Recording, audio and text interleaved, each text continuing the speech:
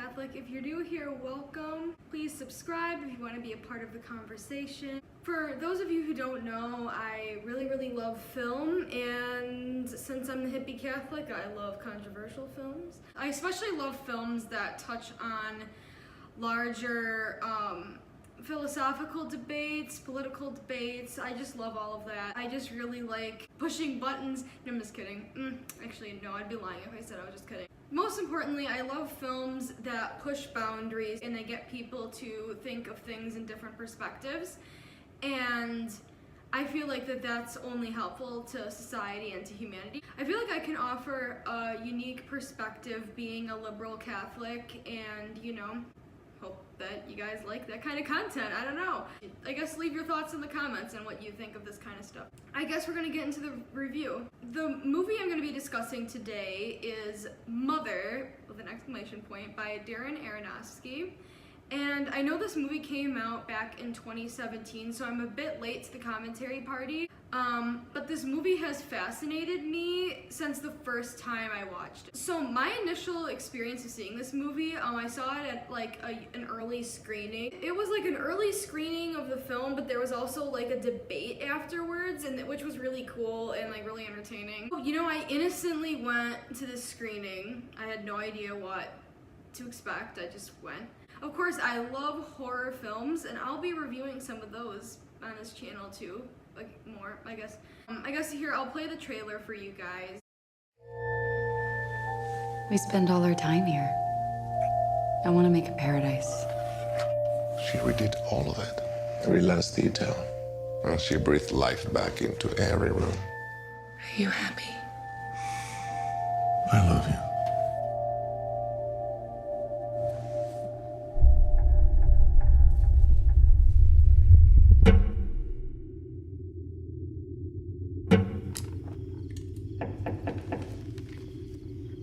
Please, come in. Hello. Hello. He's a stranger. We're just gonna let him sleep in our house. Hello. Hello. Did you know he had a wife?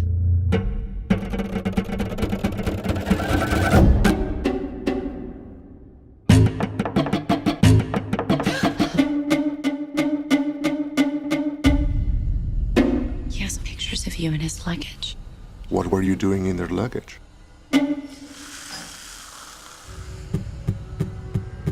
What do they want? God help you.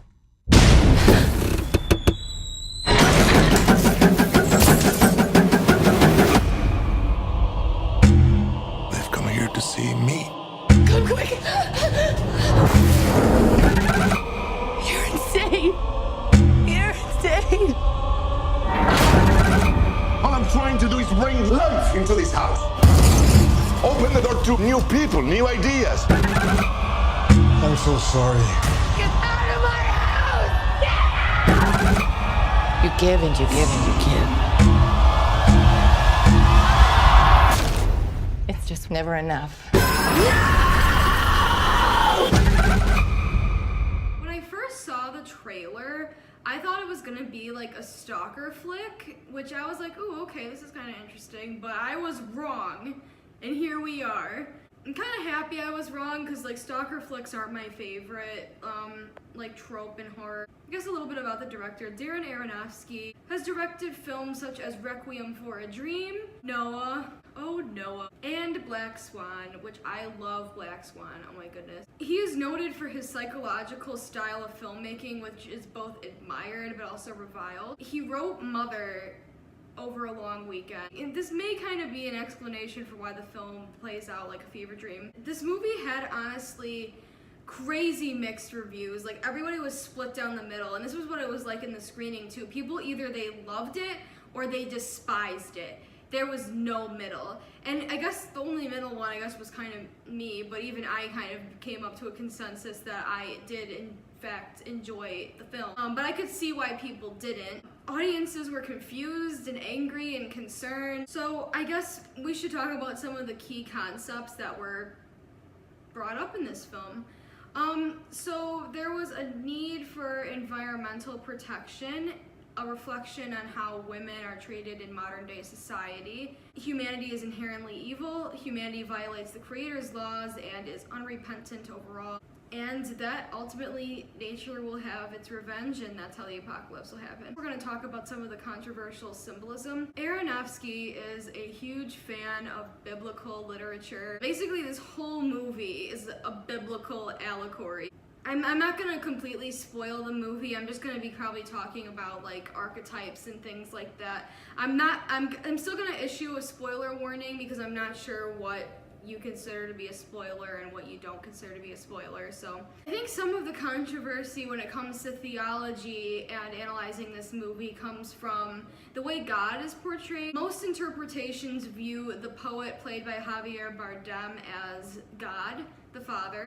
Jennifer Lawrence's character is Mother Earth or like Mother Mary kind of a thing. But I kind of viewed this from a different perspective because before the pre-screening that I went to, the announcer said initially that Jennifer Lawrence's character, Mother, was God and was embodying God in this movie. And so that was the lens that I was viewing this movie through, and it changed everything. And I think it ultimately changed the way I felt about the movie. Because ultimately, I guess this is a spoiler, Jennifer Lawrence's character, she's kind, she's loving, she's also wants things to be orderly. She wants things to be good. She wants people to behave a certain way and to be kind to the environment, to be kind to her, and to be kind to each other. And throughout the movie, I mean, it's a horror movie, like it kind of goes totally wrong and nobody listens to her, and eventually she has a breakdown and just blows everybody up. Dracarys. I preferred viewing the movie through this lens more so than like the common like consensus, which is to see Javier Bardem as God the Father. The way I view the allegory when I see this movie is I view Javier Bardem's character, the poet, as like what we want God to be rather than who God actually is, and Mother is who God actually really is. Javier Bardem's character is overly compassionate. He lets these people kind of just get away with everything that they're doing. Basically, there's no justice in his system, and I guess it kind of brings into account like how we should view divine justice if we are believers, if we are theists, how we should view it. We shouldn't view it as, oh, this is an evil, nasty thing from an evil, nasty God. We should be viewing it as, okay, how is that in comparison to how humanity is? Because humanity is flawed, and if you have looked at the news, if you've looked at a sidewalk, you'll see garbage. You'll see people being treated like less than dirt. I'm going to support my assertion of why I think that Jennifer Lawrence's character, Mother, should be viewed as God rather than Bardem's character. God compares himself to a mother in childbirth and basically sums up Jennifer Lawrence's whole character in this one verse. Isaiah 42:14. For a long time I, God, have kept quiet. I have been quiet and held myself back. But now, like a woman in childbirth, I cry out, I gasp, I pant. If you could sum up this movie in one verse, that is it. But this wasn't the part of the movie that upset people. The part of the movie that upset people was the gruesome imagery used. This is spoilers. You've been warned. The most horrifying part of the movie was when Jennifer Lawrence's baby gets killed by the mob in her house, and it is so, it stuck with me for like a week. It was so nasty. And the baby is a symbol of Christ, and it's supposed to embody innocence and the way Christ was innocent.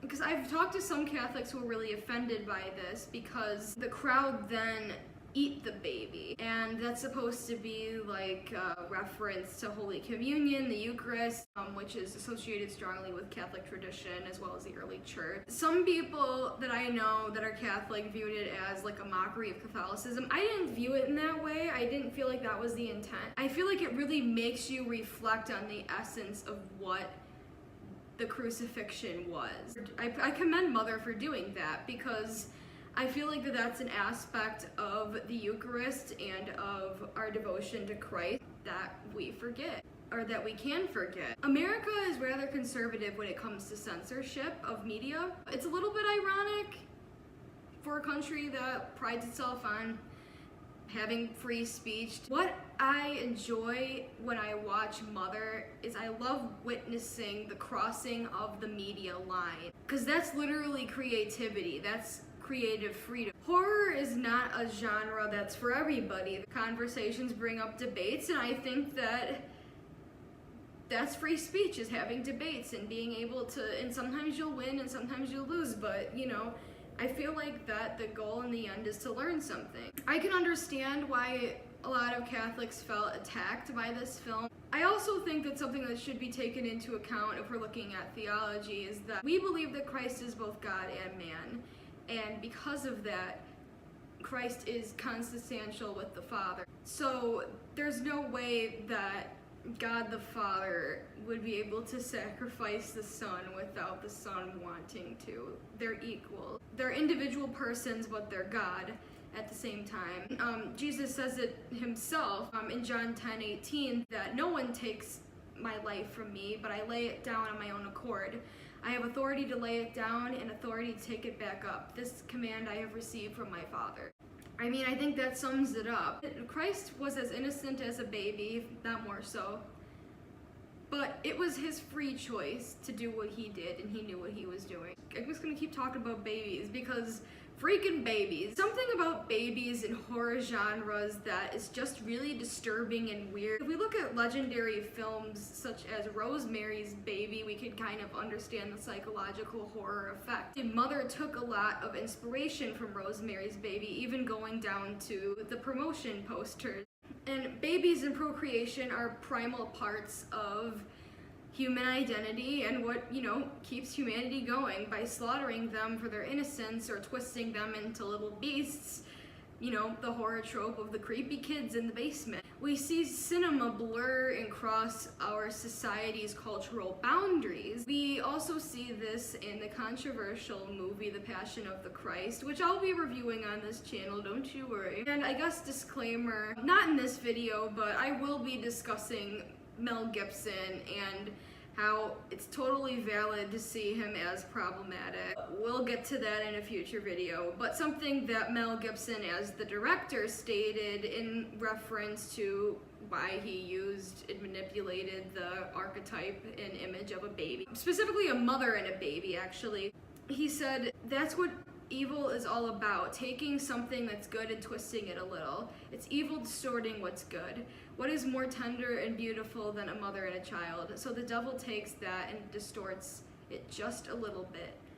And I thought that was interesting. I would recommend you guys checking out Bishop Barron's review of Mother. I'm gonna leave the link to that in the description. I highly recommend it. I think that the movie can shed light on how damaging religion can be if it loses its soul, which is love and respect for everyone. Also, the movie strongly comments on humanity's sinful nature and begs the question if the God we want is the God that we need.